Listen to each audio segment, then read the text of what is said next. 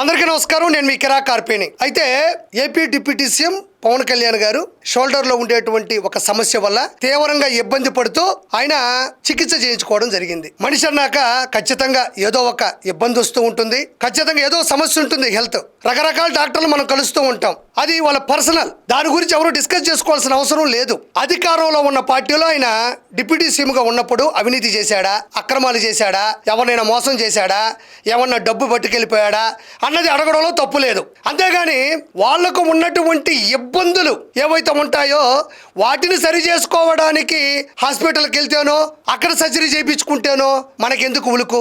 ఎంత దుర్మార్గం ఇది! నేను ఎందుకు మాట్లాడుతున్నానంటే, అంబటి రాంబాబు అడ్డగోలుగా మాట్లాడే అంబటి రాంబాబు, గంట అరగంట సంజు సుక్కు అంబటి రాంబాబు దీని మీద కూడా మాట్లాడుతున్నాడు. ఆరోగ్యం ఇబ్బంది పడుతుంటే హాస్పిటల్కి వెళ్తే అక్కడికి వెళ్ళినటువంటి పవన్ కళ్యాణ్ గారి గురించి కూడా ఎంత దుర్మార్గంగా మాట్లాడుతున్నాడో ఒకసారి వినండి. భుజాలు నొప్పిగా ఉన్నాయంట, మరి ఎందుకు నొప్పిగా ఉన్నాయో మాకు తెలియదు. ఆయనకు భుజాలు నొప్పుగా ఉన్నాయంట, అవి ఎందుకు నొప్పుగా ఉన్నాయో నాకు తెలియదు అంటావు. నీకెందుకు తెలియాలి? ఆయనకు భుజాలు ఎందుకు నొప్పుగా ఉన్నాయో నాకు తెలియదు అంటున్నావు. నీకెందుకు తెలియాలి? నీకు చెప్పాలా? కాళ్ళ నొప్పి వచ్చినా, తల నొప్పి వచ్చినా, భుజాలు నొప్పి వచ్చినా నీకు చెప్పాలా? ఖచ్చితంగా నీకు తెలియాలా? మరి నీకు పైన తలకాయి కింద జుట్టు మొత్తం తెల్లగా నెరిసిపోయి ఉంటుంది కదా, నాకు తెలియాలా? నాకు అవసరం లేదుగా. నీ జుట్టు కింద గడ్డము తెల్లబడిపోయి ఉంటే బయట రాష్ట్రాలలో బయట దేశాలలో చూస్తే నువ్వు అపర మేధావు అనుకుంటారు. కౌన్ బనేగా కరోడిపతిలో ఖచ్చితంగా ఒక 100 సార్లు గెలుచుంటాడు. అతనే పోటీ, అతనికి లేదు సాటి అన్నట్టు ఉంటావు నువ్వు. ఎదుటి వ్యక్తికి భుజాలు నొప్పులు వస్తే నీకెందుకు తెలియాలా? ఖచ్చితంగా నీకు తెలియాలా? పోలవరం ప్రాజెక్టు గురించి నీకు తెలియదు. అన్నకి 11 ఎందుకు వచ్చాయో తెలియదు. అన్న పార్టీ ఎందుకు పడుకోబోయిందో తెలియదు. అవేమీ తెలియదు. పవన్ కళ్యాణ్ గారికి భుజాలు నొప్పి వస్తే అవి ఎందుకు వచ్చాయో నీకు తెలియాలా? వినండి. ఒకరోజు వాళ్ళ తల్లి గారికి సీరియస్గా ఉందని ఆయన వెళ్ళిపోయాడు. ఇవాళ ఏమో బాంబే ఆసుపత్రికి వెళ్ళిపోయాడు. మరి ఈ నాటకాలు ఏంటో. ప్రపంచంలో మనిషిగా జన్మించిన ఏ వ్యక్తి అయినా తన తల్లికి ఆరోగ్యం సీరియస్ గా ఉంటే వెళ్ళిపోరా? నువ్వు వెళ్ళవేమో. నీకెందుకంటే డబ్బు పిచ్చి, జగనానికి భజన పిచ్చి, పదవులు పిచ్చి, నీకు ఇంకా ఏమేం పిచ్చులున్నాయో నేను ప్రత్యేకంగా చెప్పనక్కర్లేదు. ఆస్తుల విషయంలో సొంత తల్లి మీద కేసు పెట్టి కోర్టు మెట్లు చుట్టూ తిప్పుతున్నటువంటి జగన్మోహన్ రెడ్డి పార్టీలో ఉన్న నీకు తల్లి విలువ, తల్లి ఆరోగ్యం విలువ, తల్లి ప్రేమ విలువ ఏం తెలుస్తుంది? సొంత తల్లే ఎన్ని ప్రెస్ నోట్లు వదిలింది, నా కొడుకు నా కూతురికి అన్యాయం చేస్తున్నాడు అని వదలలేదా? సొంత తల్లిని ఏ రోజైనా ప్రేమగా అక్కును చేర్చుకున్నాడా? ఏ రోజైనా అందరూ చూస్తున్నాగా తన తల్లిని అమ్మ అని సంబోధించాడా? అంత క్రూరమైన సొంత తల్లిని కోర్టు మెట్ల చుట్టూ తిప్పుతున్నటువంటి వ్యక్తి పెట్టిన పార్టీలో ఉండే మీకు తల్లి విలువ, తల్లి ప్రేమ విలువ, తల్లి ఆరోగ్యం విలువ ఏం తెలుస్తుంది? చెప్పు. వయసు పైబడినటువంటి తల్లికి ఆరోగ్యం ఇబ్బందిగా ఉందని తెలిసినప్పుడు ఏ కొడుకైనా హుటాహుటినా వెళ్ళిపోతాడా లేదా? దానికి నువ్వు మాట్లాడుతున్న మాట నిన్ను దేంతో కొట్టాలి అని ఈరోజు జనాలు అడుగుతున్నారు. ఈ నాటకాలేంటా? తల్లికి సీరియస్ గా ఉంటే వెళ్ళిపోయాడు, ఆయనకు భుజాలు నొప్పుగా ఉంటే ముంబైకి వెళ్ళాడు. దానికి నాటకాలేంటి? నాటకాలు ఆడేది ఎవరు?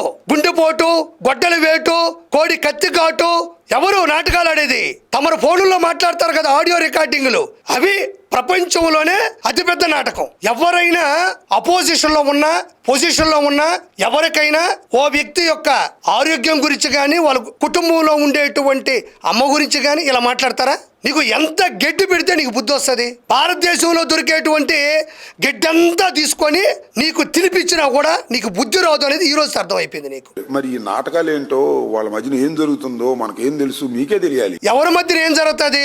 పవన్ కళ్యాణ్ గారికి షోల్డర్ పెయిన్ వచ్చింది, తీవ్రమైనటువంటి ఇబ్బంది, తట్టుకోలేకపోయారు. వెంటనే ముంబైలో ఉండేటువంటి కోకిలా బెన్, ధీరుభాయ్ అంబానీ గారి సతీప్ అని పేరు మీద పెట్టినటువంటి హాస్పిటల్ అది. అక్కడ ఆయన జాయిన్ అయ్యారు. అది ఎక్కడ పడితే అక్కడ, ఎప్పుడు పడితే అప్పుడు, ఎలా పడితే అలా చేయించుకున్నటువంటి శస్త్రచికిత్స కాదు. అది చాలా సున్నితమైనది.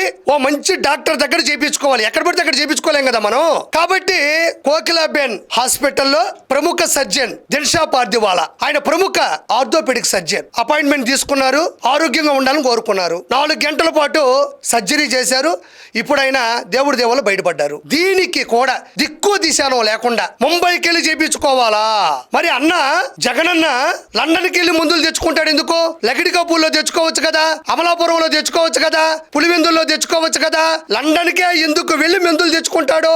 అక్కడ దొరకతాయి కాబట్టి. అన్నకున్నటువంటి వ్యాధికి ఆ టాబ్లెట్లు, ఆ మందులు, ఆ చికిత్స లండన్లోనే దొరుకుద్ది కాబట్టి వెళ్తాడు. మరి అవినీతి చేసే వ్యక్తి, అక్రమం చేసే వ్యక్తి, దౌర్జన్యాలు చేసే వ్యక్తి లండన్ పోగా లేంది ప్రజల సంక్షేమం కోసం జీవితాన్నే పోసి ప్రతి క్షణం ప్రజల కోసమే బతుకుతున్న పవన్ కళ్యాణ్ గారు ముంబైకి వెళ్ళి సర్జరీ చేయించుకుంటే మీకేం వచ్చింది? దీన్ని కూడా రాజకీయం, దీని గురించి కూడా మాట్లాడడం.